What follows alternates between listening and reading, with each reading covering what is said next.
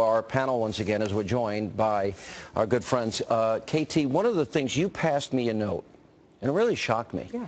Because by all indications, what we're talking about here is that we have a soldier, served 4 months in Iraq, not as long as maybe some of the others that did year-long deployments and multiple deployments, under diagnosis for PTSD, different from being diagnosed with PTSD, but under diagnosis, being treated for mental health issues, anxiety, depression. And you pointed out these statistics that you just handed me. Yeah. Why don't you explain what that is? These are stunning, and it shows you that there is a ticking time bomb of mental health issues in our military.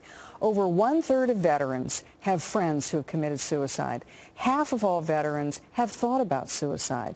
2/3 of veterans are not getting the mental health treatment they feel they need.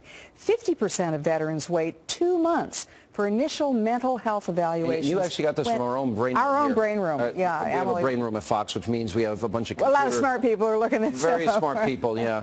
But go ahead. But the statistics are staggering. That's staggering. I mean, that's breathtaking. And you know, veterans wait months. Sometimes the average waiting time to get your benefits if you're leaving the military, 300 days. So some people are waiting more than a year to get their benefits. Look, there's no, as Jennifer Griffin was reporting, she pointed out at this point, there's no indication the shooter was motivated by any religiously fueled ideology. Okay, it appears mental health issues. Jonathan, you heard those statistics. Right.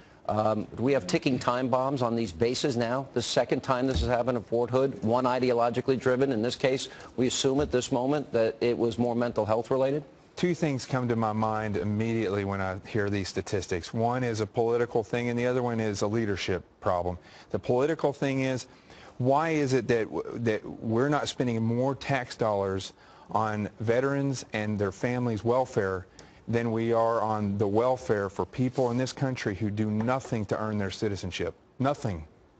And the other one, from a leadership point of view, why is a lieutenant general coming on and saying that we have police officers, we have certain response units on this base that will respond to this, and when somebody asks him a question about everybody being armed, why are they so comfortable, these executives in the military, so comfortable with sending men and women over to die for freedom and then bringing them back home and saying, look, you're not responsible enough? We were talking about the presser from earlier tonight. What he did say is if you have a weapon on the base, that weapon must be registered. This weapon, a .45 caliber Smith & Wesson pistol, was not registered.